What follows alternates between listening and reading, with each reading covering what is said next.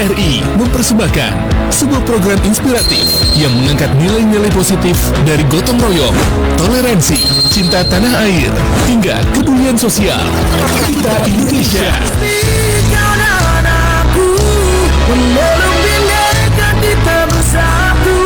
Launching serentak di seluruh Indonesia tanggal 21 Juli 2025. Dan jangan lewatkan live event nasional pada 23 Agustus 2025. Kita Indonesia. Indonesia sesungguhnya. Indonesiaisme. RRI mempersembahkan Kita Indonesia.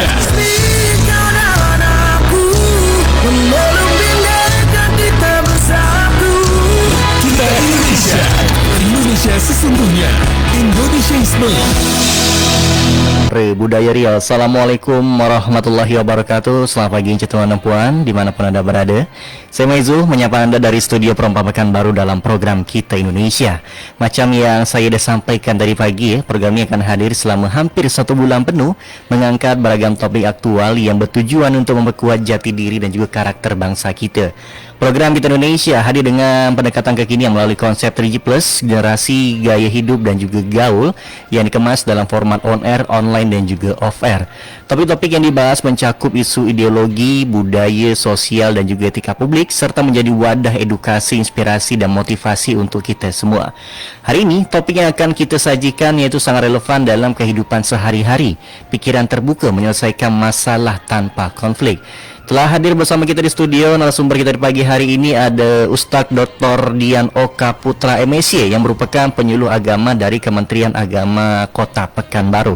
Assalamualaikum Ustadz, apa kabar? Waalaikumsalam warahmatullahi wabarakatuh. Bang Maizul, Ya. bagaimana kabar, sehat? Sehat, Alhamdulillah kalau macam ya. Semua.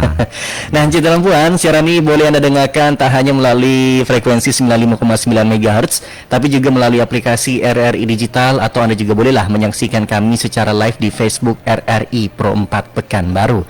Kami juga membuka line interaktif untuk Anda yang ingin bertanya atau mungkin menyampaikan pendapat, boleh melalui line telepon di 0761236606 atau melalui pesan WhatsApp kita di 0811760959. Dan boleh juga melalui komentar langsung di Facebook Live kita dan aplikasi RRI Digital. Baik, marilah kita mulakan obrolan pagi ini dengan tema yang sangat menarik, yakni pikiran terbuka dan juga menyelesaikan masalah tanpa konflik. Kita akan gali lebih dalam bersama dengan narasumber kita, Ustadz Dr. Dian Oka Putra MSc. Nah, Pak Ustadz, mari kita mulai dari hal yang mendasar ya. Apa sebenarnya yang mungkin dimaksud dengan pikiran terbuka dalam konteks kehidupan sosial kita dan juga agama? Baik, bismillahirrahmanirrahim. Alhamdulillahilladzi an'amana alaina bi ni'matil imani wal islam. Allahumma fa'na bima 'allamtana wa 'allimna ma yanfa'una wa zidna ilma.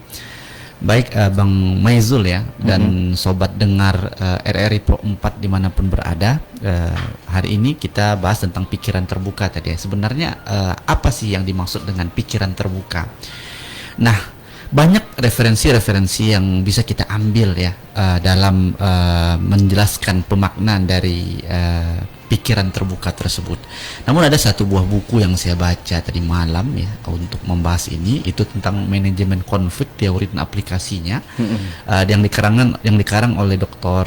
Siti Asiyah ya. Nah, beliau menjelaskan bahwa untuk menyelesaikan masalah tersebut harus melaksanakan pikiran terbuka, dan pikiran terbuka ini mereka sebut dengan dia sebut dengan open mindset ya, open mindedness ya. Nah, ini yang melakukan maksudnya adalah bagaimana cara seseorang tersebut ya memiliki pikiran yang terbuka dalam berbagai aspek ya, tidak hanya mengedepankan egosentris semata dan kekuatan emosional saja.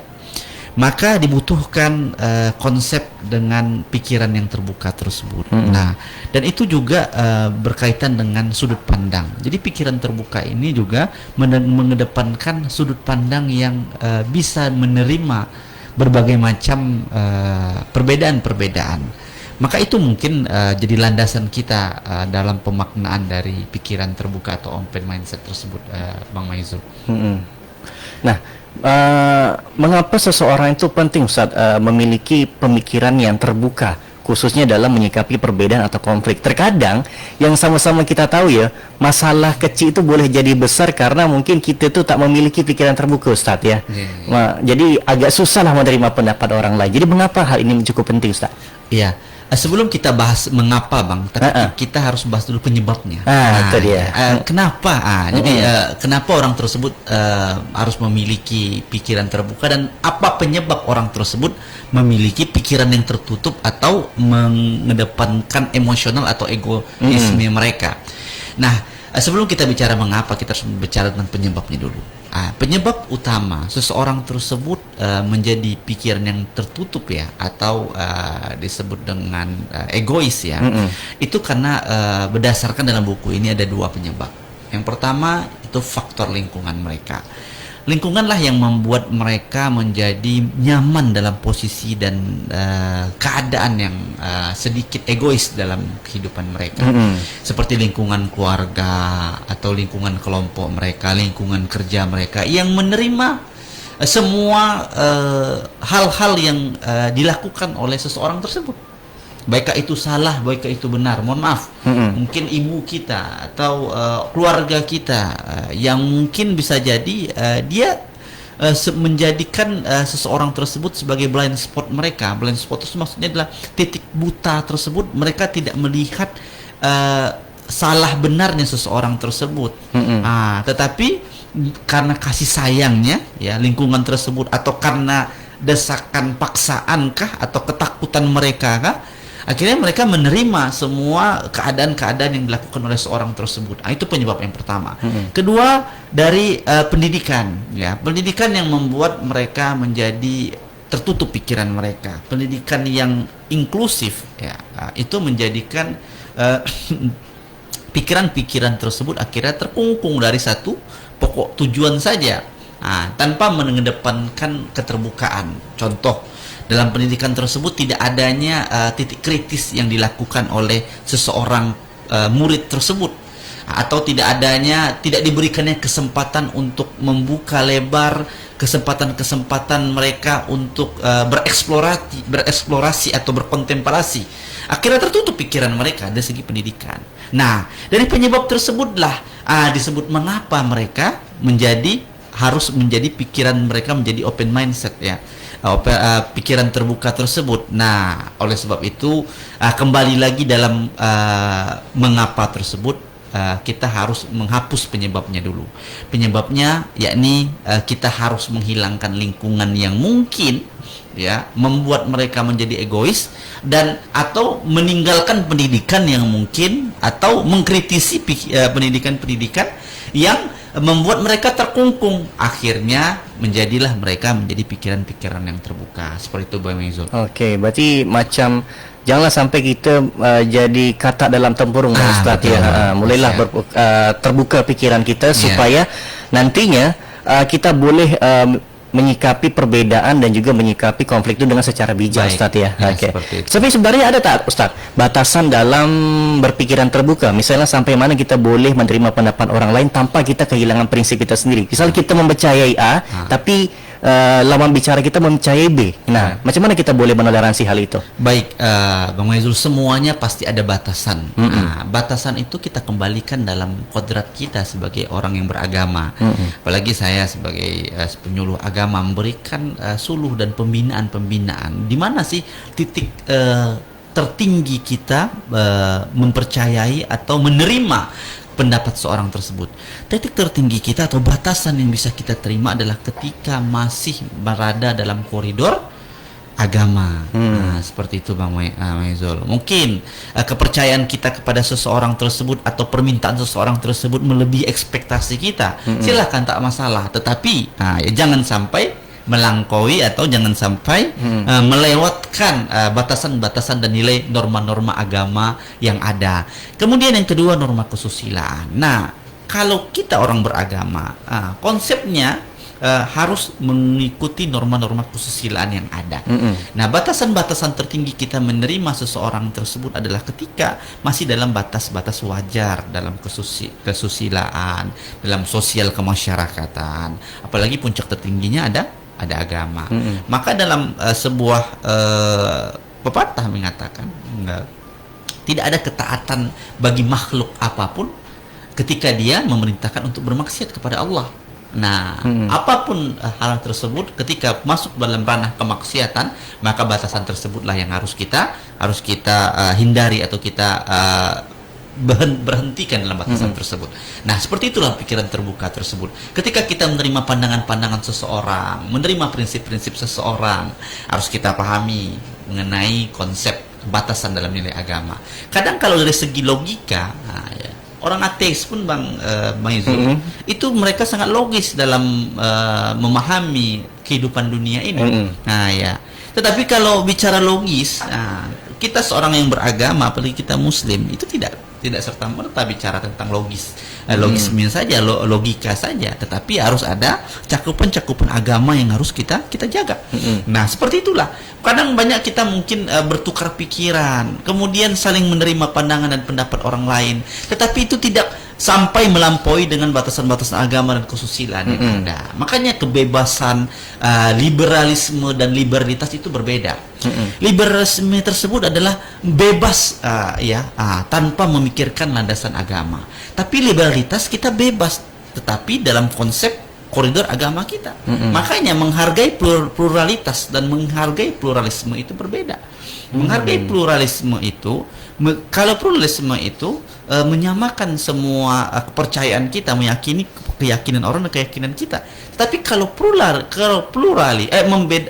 pluralisme tersebut adalah memisahkan antara kehidupan dunia dengan kehidupan agama. Tapi kalau pluralitas adalah bagaimana kita memberikan keterbukaan, ya, dalam keberagaman kita, ya, seperti kita menerima dengan lapang hati dengan seseorang memeluk agama atau kepercayaan orang lain. Nah, itu batasan dengan pluralitas.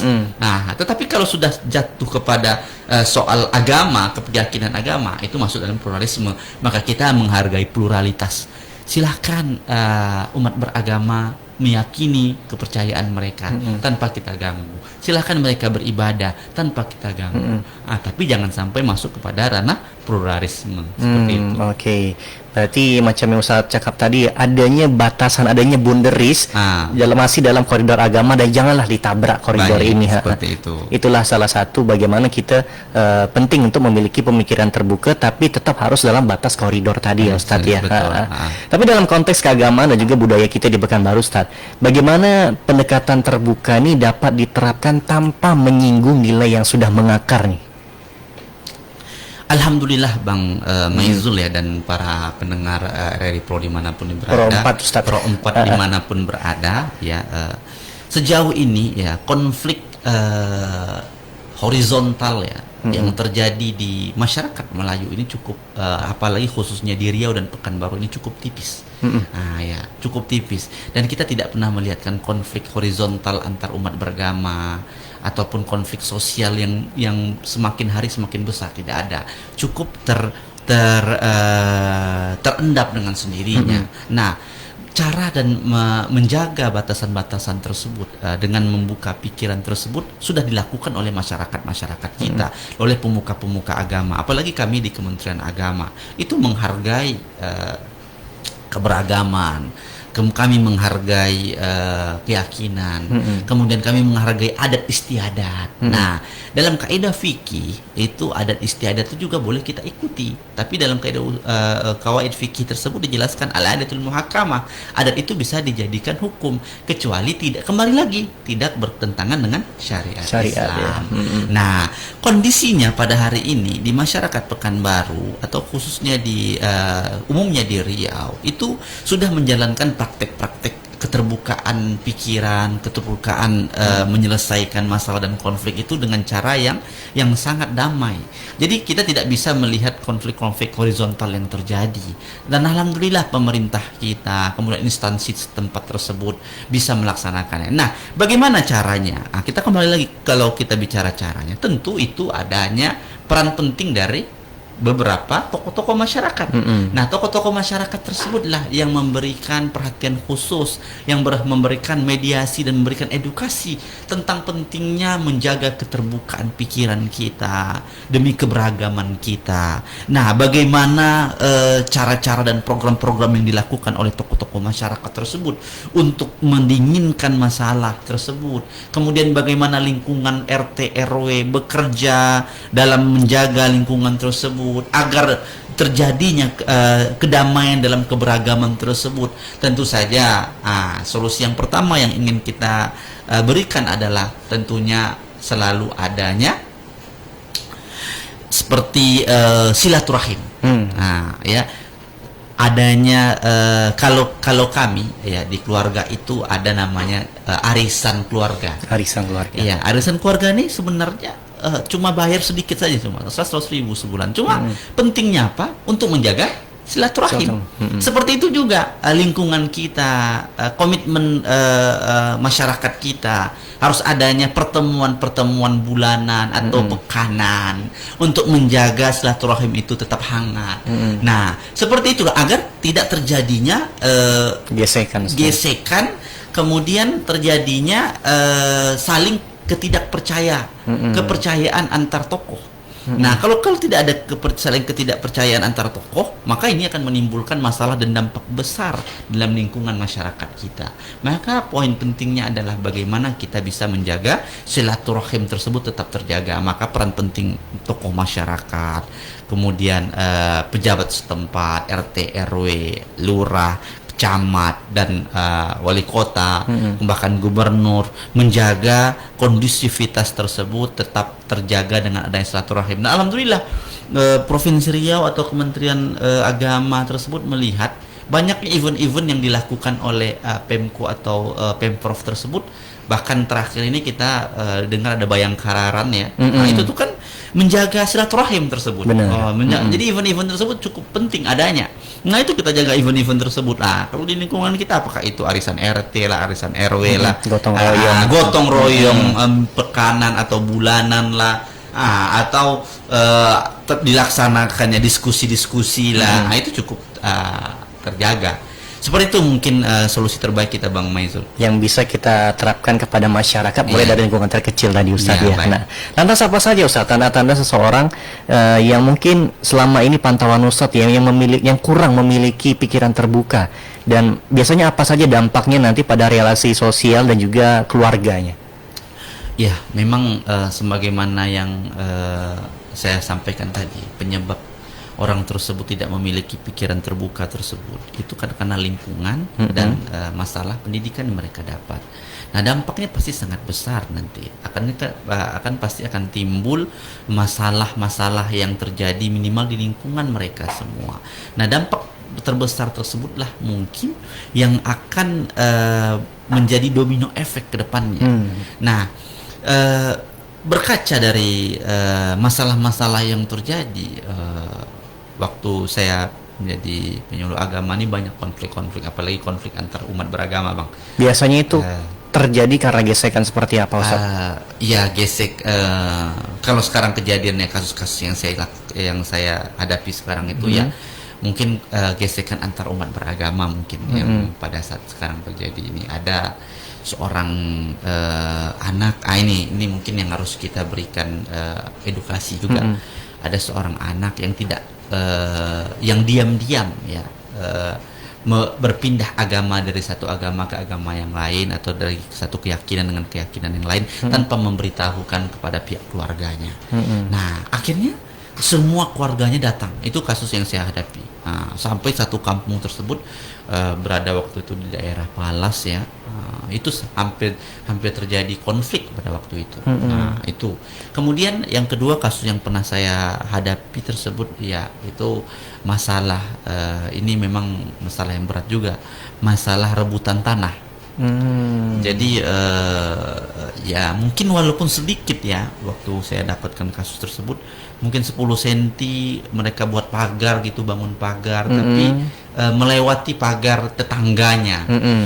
Itu tuh sampai ributnya sampai ke lurah tersebut. Akhirnya kami turun tangan juga menyampaikan hak dan kewajiban kita, bagaimana bertetangga, bagaimana menjaga lingkungan.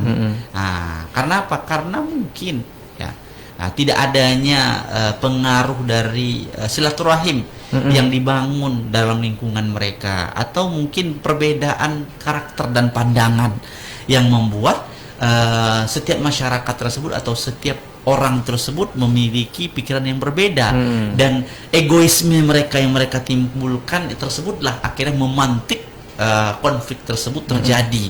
Nah, tapi kembali saya sampaikan lagi, apa yang harus kita lakukan? Peran penting tokoh masyarakat. Jadi peran RT RW atau tokoh masyarakat atau tokoh agama tersebut bukan hanya setakat mohon maaf untuk administrasi secara administratif saja, tapi juga menjaga lingkungan tersebut tetap ada. Seperti apa? Silaturahim yang kuat. Nah, kalau seseorang tersebut sudah terpapar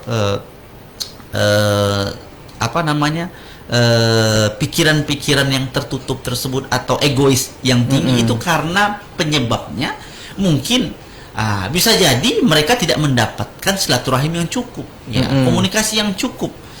Terlalu individualis mereka itu sangat tinggi. Kemudian mungkin bisa saja adanya kesenjangan sosial yang terjadi di tengah masyarakat tersebut. Kesenjangan sosial baik itu mungkin dari segi materi mereka, atau kesenjangan sosial mungkin dari segi perlakuan lingkungan tersebut kepada mereka. Itu yang menyebabkan konflik-konflik terjadi. Nah, akhirnya egoisme yang akhirnya timbul. Nah, emosional yang akhirnya nampak di permukaan. Nah, kembali lagi kita mencoba untuk menjaga lingkungan kita itu tetap kondusif dengan adanya event-event atau agenda-agenda yang pekanan kita lakukan atau kabulanan yang kita lakukan, komunikatif kita terus ada. Nah, peran penting kita bukan hanya ya tokoh masyarakat saja atau ketua RT RW, tapi peran penting kita antar tetangga juga harus kita jaga. Ya, ada konflik terjadi yang pernah saya dapatin kasusnya. Hanya gara-gara dia minjam motor, ya, tetangga tersebutnya nggak isi bensin. Ribut, Pak. Itu ribut sampai ke ketua RT. Akhirnya dapatlah kita informasi, panggil Pak Babin pun. Kita dapat informasi, ya saling paham lah. Misalnya bagaimana hak dan kewajiban kita dalam bermasyarakat. Seperti itu, Pak. Agak lucu juga Ustadz ya, kisah yang terakhir tadi. Itu sebenarnya hal yang remeh-temeh, ternyata jika tidak ditangani dengan baik bisa menimbulkan api yang cukup besar ya Ustadz. Maknanya silaturahim. Meskipun mungkin kalau silaturahim terjaga, mungkin bensin habis pun mereka bisa berlapang dada. Karena mungkin ya biasa saja gitu, habis bensin atau bagaimana biasa saja. Tapi mungkin silaturahim tak terjaga, kemudian komunikasi kurang, akhirnya timbullah konflik di perlingkungan tersebut. Hal-hal semacam inilah yang bisa kita atasi kalau misalnya silaturahmi tadi bisa terjaga dan pikiran juga harusnya terbuka, Ustadz ya. Oke. Baiklah cinta perempuan, nampaknya kita mesti rehat sejenak Ustadz ya, tidak apa ya. Kita dengarkan jeda pariwara berikut, tapi jangan kemana-mana karena lepas ini kami masih akan kembali lagi, tentunya masih dalam program Itu Indonesia, masih membahas soal pikiran terbuka dan juga menyelesaikan masalah tanpa konflik. Jadi tetaplah bersama kami di Perompak Pekanbaru Suara Budaya Riau. RRI mempersembahkan Kita Indonesia.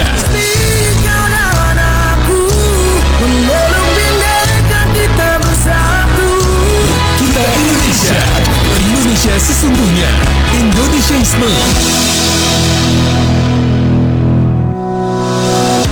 RRI mempersembahkan sebuah program inspiratif yang mengangkat nilai-nilai positif dari gotong royong, toleransi, cinta tanah air, hingga kepedulian sosial.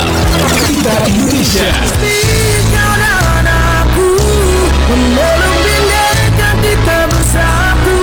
Launching serentak di seluruh Indonesia tanggal 21 Juli 2025, dan jangan lewatkan live event nasional pada 23 Agustus 2025. Kita Indonesia. Indonesia sesungguhnya. Indonesiaisme.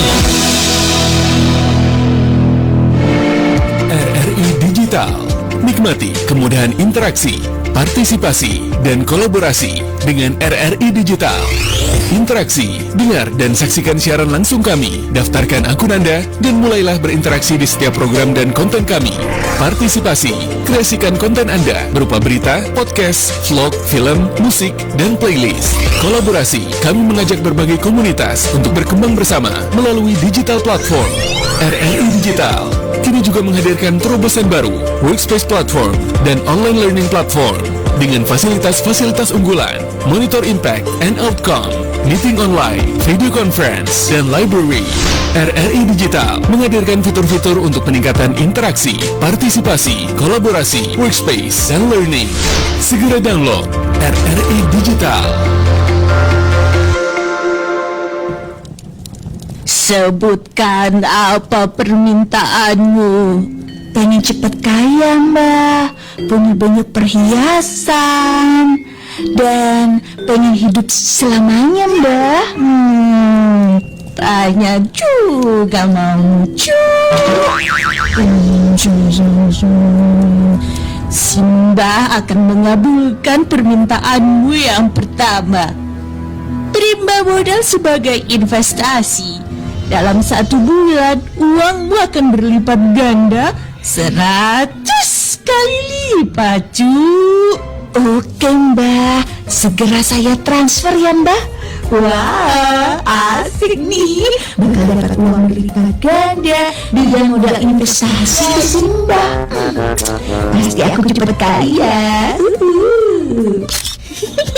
Hari gini masih percaya dengan iming-iming dan janji-janji?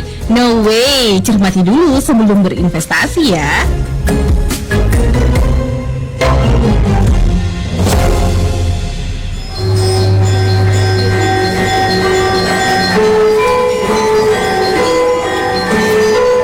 Tarian Bedaya Ketawang. Nama tarian ini berasal dari 2 suku kata yang berbeda, yakni bedaya yang memiliki arti penari wanita, sedangkan ketawang artinya langit. Apabila 2 suku kata tersebut disatukan, maka makna yang dimaksud adalah penari wanita yang berasal dari istana langit. Biasanya tarian bedaya ketawang dipertunjukkan hanya untuk acara resmi dengan tujuan menghibur para hadirin. Untuk sejarah dari tarian bedaya ketawang ini bercerita tentang hubungan Ratu Kidul atau yang biasa kita sebut sebagai Nyai Roro Kidul. Berdasarkan kepercayaan masyarakat setempat, apabila ada yang membawakan tarian bedaya ketawang, maka Nyai Roro Kidul akan mendatangi tempat di mana tarian tersebut dibawakan serta ikut menari. Pada umumnya, tarian bedaya ketawang dibawakan oleh 9 orang penari wanita, di mana angka 9 yang dipilih ini untuk melambangkan Wali Songo.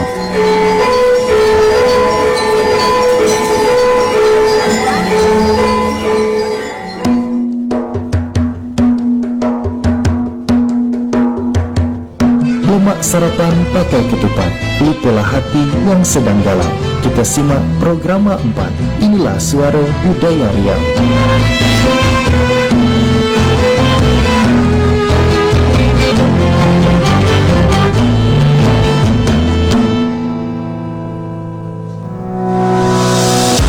RRI mempersembahkan Kita Indonesia.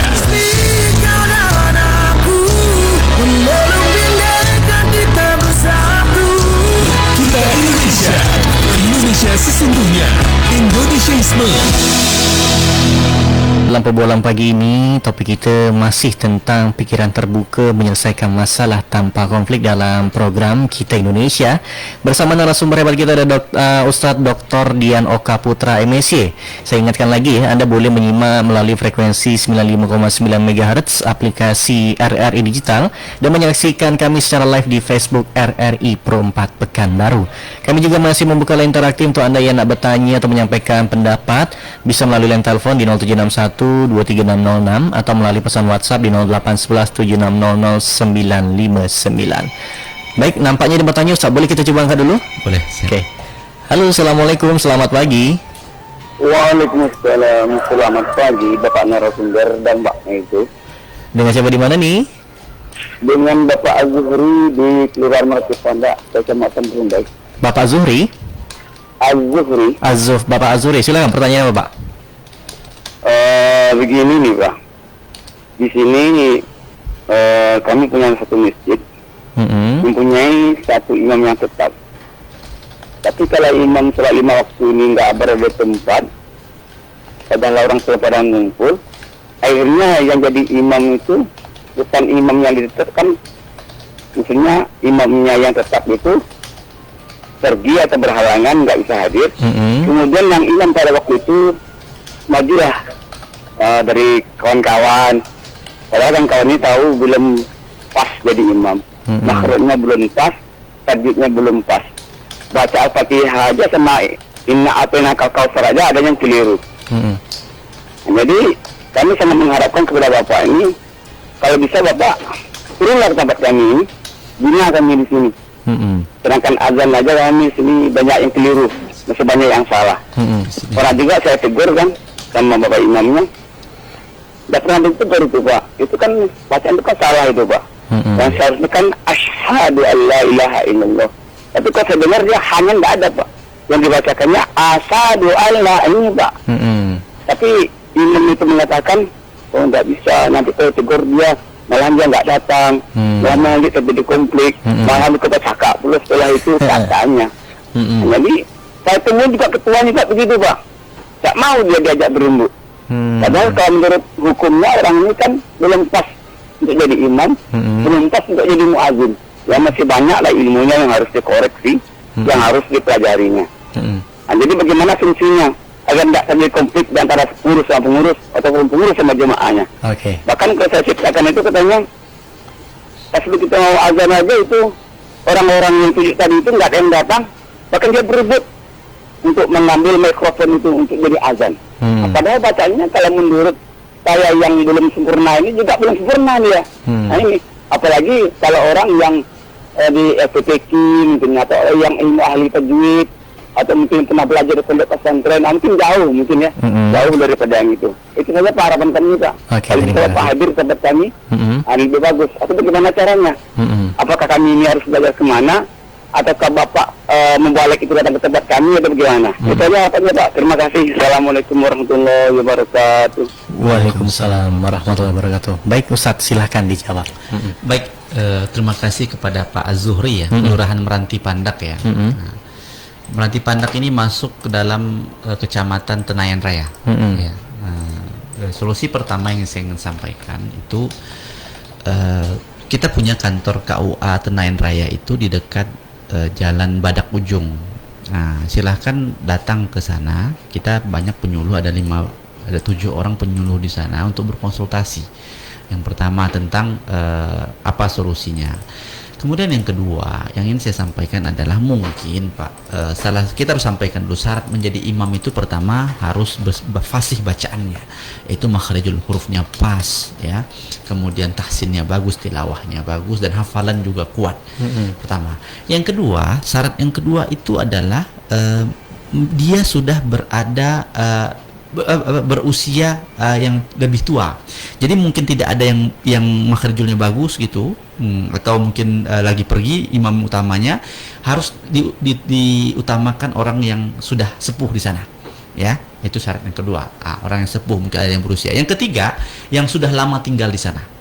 Jadi sudah sepuh, kemudian yang sudah lama di sana, tinggal di sana, itu yang diprioritaskan, yang untuk menjadi imam. Nah, tadi yang disampaikan, masalahnya ya, beberapa pengganti imam tersebut bacaannya kurang pas, ya, bacaannya kurang bagus. Akhirnya banyak terjadi konflik-konflik yang terjadi di sana. Pak, yang ingin kita sampaikan adalah di antara kita pasti tak terlepas dari masalah-masalah yang terjadi. Tapi titik temu yang harus kita dapatkan adalah kita bersyukur ternyata masih ada azan, yang ramai azan di sana. Itu kita bersyukur. Masih Pak. berebut tadi, masih saya berebut. dengar tadi saat ini. Iya, saya punya komunitas, nanti kita akan masjidnya mungkin nanti bisa kontak saya di nomor saya.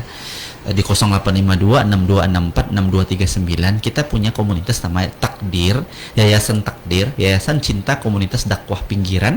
Itu menaungi seluruh masjid-masjid pinggiran yang berada di pinggir-pinggir Kota Pekanbaru, di Rumbai Pesisir, di Rumbai, di Tenayan.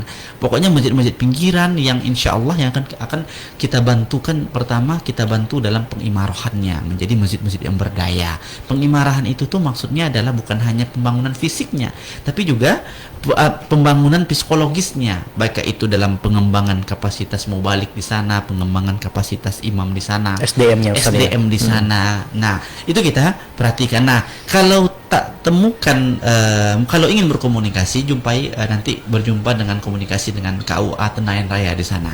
Jumpai dengan KUA di sana, bilang ingin masjid kami ini. Saya lupa tadi tidak disebutkan masjidnya di mana. Kalau ada masjid dan kontaknya bisa kita hubungi. Insya Allah tidak akan kita bayar untuk pembinaan mubalik di sana, imam di sana, pengganti imam di sana. Ya, kemungkinan itu tidak masjid paripurna. Kalau masjid paripurna pasti ada pengganti imam yang mungkin bagus makhrijul hurufnya. Nah, kembali lagi kepada sisi positifnya. Ternyata ada yang masih berebut imam. Yang kemudian yang kedua, ternyata ada pengganti imam di sana. Meskipun bacaan mereka kurang pas, kurang bagus. Tetapi setiap satu bacaan saja, satu ayat yang dia laungkan, yang dia bacakan itu bernilai pahala di sisi Allah. Bagi yang bagus bacanya 1 dapat pahala. Bagi yang bagus dapat 3 pahala. Bagi yang terbata-bata dapat 1 pahala. Artinya apa? Bagus tak bagusnya bacaannya, tetapi tetap dapat pahala. Tidak ada kerugian di situ. Tidak ada kerugian di sana. Cuma kelapangan hati kita menerima imam tersebut untuk namanya juga pengganti. Ya tentu tidak sebagus dari yang utama. Nah, tetapi kita berikan solusi terbaik. Solusi terbaik adalah kita akan melakukan pengembangan dan kapasitas SDM yang bagus di sana. Baik itu nanti pendidikan tahsinul Quran yang kita jaga di sana. Kemudian kompetensi mubalik di sana kita jaga, kompetensi imam di sana kita jaga, guru ngaji di sana kita jaga. Nah, Pak, insya Allah nanti kita bersedia ya dari Kementerian Agama untuk masuk dalam binaan kami di sana, di masjid, musola atau apa tadi yang disebut. Nanti tinggal melapor aja di KUA Tenayan ya. KUA Tenayan Raya itu di Jalan Badak Ujung sebelum kantor wali kota, ada penurunan sebelah kiri, itu kantor kita KUA Tenayan. Silahkan jumpa di sana, laporkan masjidnya di mana, atau kontak saya juga tadi disampaikan bisa. Nah, jangan sampai nanti karena mungkin ini kedua-duanya dapat pahala, tapi karena mungkin ya bacaan yang ini kurang bagus, kurang pas, kita berlapang dada. Yang penting sudah tertegakkanlah sholat 5 waktu di sana. Bersyukur kita, Pak. Saya pernah terlambat datang ke masjid pinggiran daerah Rumbai Palas sana, Pak. 5 menit saya terlambat. Apa yang dibilang Pak Ustaz katanya? Kalau Ustaz tak datang, kami tak jadi Jumatan katanya. Karena nggak ada yang berani maju ke masjid. Kata nggak ada yang berani, Ustaz. Untung Ustaz datang, Ustaz. Kami biasa kalau nggak ada Ustaz, kami sholat masing-masing, Ustaz. Atau kami cari tempat masjid lain. Artinya masjid tersebut tutup.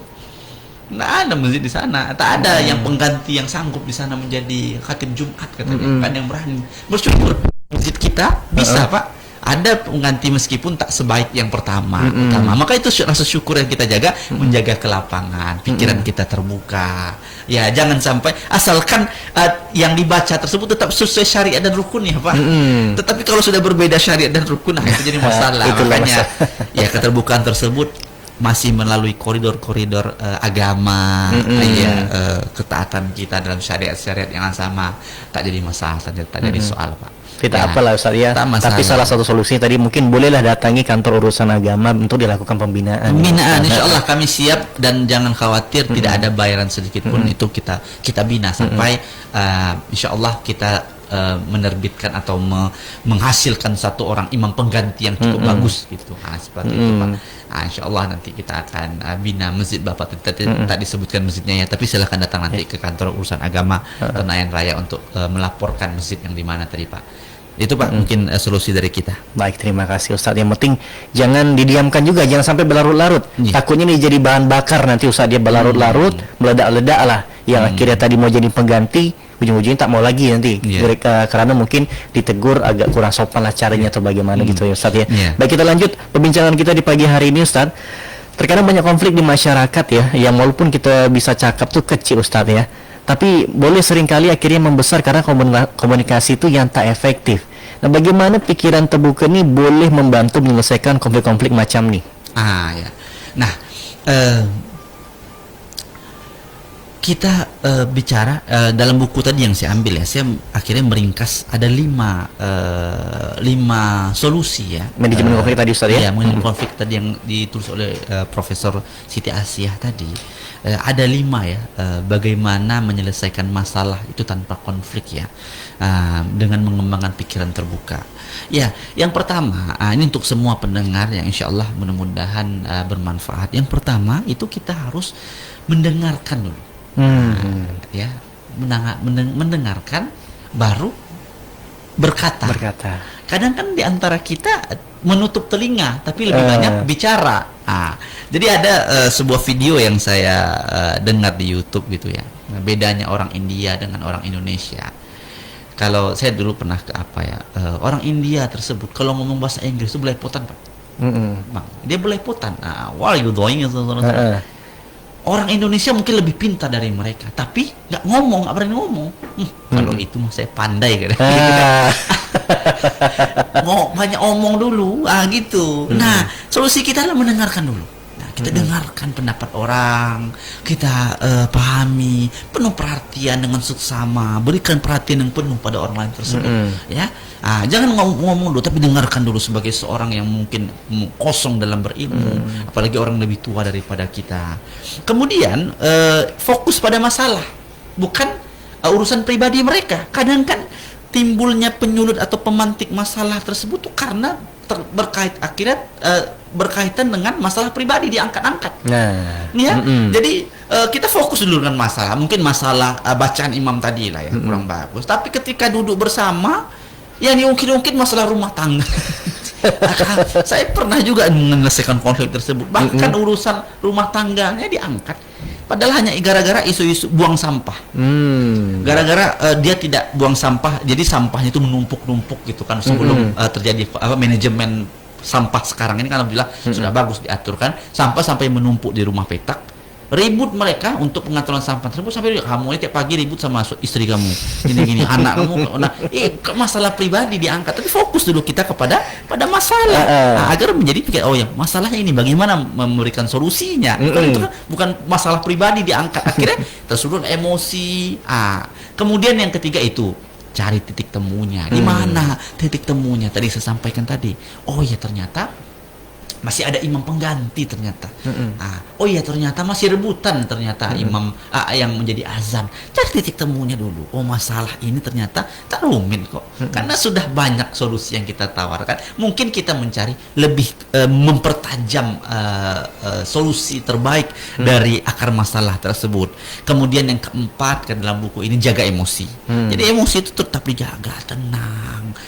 Bagaimana mengatur emosi kita itu solusi terbaik dalam pengaturan mengembangkan pikiran tersebut dan bagaimana menyelesaikan masalah tersebut.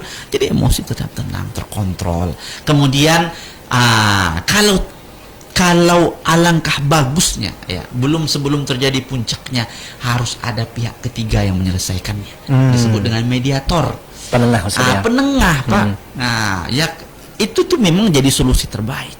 Misalnya dari 2 konflik demokrasi sampaikan tadi kan, ini mungkin tak terselesaikan masalah tersebut, lapor ke KUA Tenayan Raya. Kita kirimkan penyuluh agama ke sana. Jadi ada mediator dari kita. Jadi ada masalah tersebut. Jadi pihak ketiga tersebut ada melihat di mana titik-titik yang harus kita dapatkan solusi dari 2 orang yang berkonflik atau 2 kelompok yang berkonflik tersebut. Nah, pihak ketiga ini penting ya, kalau seandainya sudah sampai puncak kepada tidak terselesaikan masalah. Nah, saya sampaikan kan kalau misalnya tak terselesaikan masalah, baik pihak ketiga sampaikan. Tapi dari 4 indikator tadi, mendengarkan dengan penuh perhatian, fokus pada masalah, bukan masalah pribadi diungkit, kemudian kita mencari titik temu, kemudian menjaga emosi, kemudian barulah kalau sampai tidak menemukan titik temu, baru minta bantuan pihak ketiga. Seperti itulah Bang, bagaimana mengembangkan pikiran terbuka tersebut untuk menyelesaikan masalah tanpa konflik. Paling yang saya ambil tadi poin terakhir Ustaz, yang mungkin adanya mediator ya. Mungkin bisa kita gunakan tetua, para tetua, atau tadi mungkin bisa ke orang-orang yang punya kapabilitas ya dalam menangani konflik tersebut. Kalau mungkin tak bisa juga, tidak tahu saya lagi soal.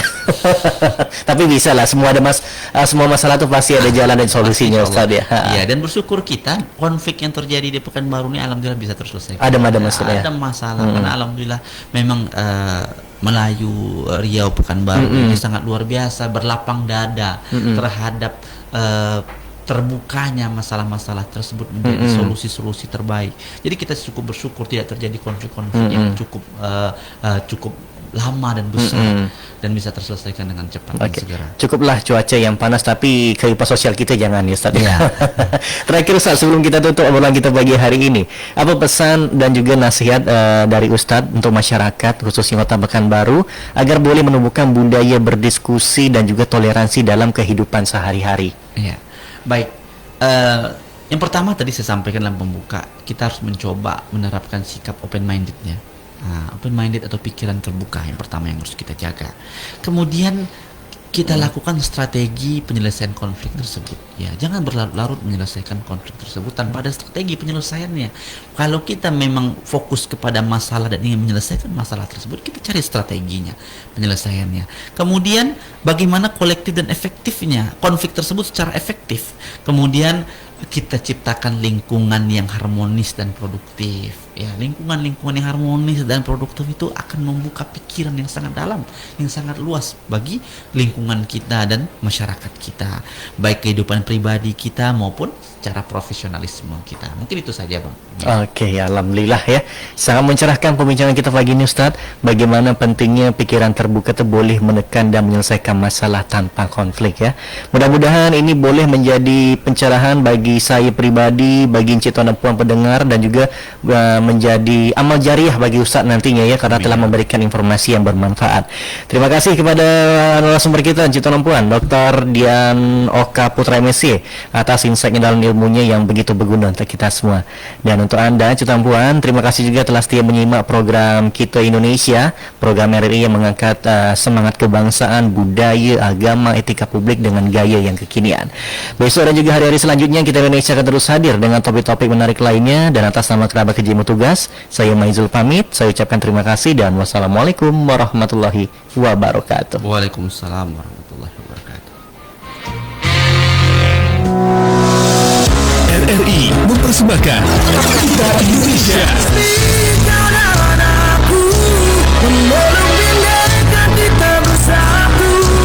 Kita Indonesia. Indonesia sesungguhnya. Indonesiaisme. RRI mempersembahkan sebuah program inspiratif yang mengangkat nilai-nilai positif dari gotong royong, toleransi, cinta tanah air, hingga kepedulian sosial. Kita Indonesia.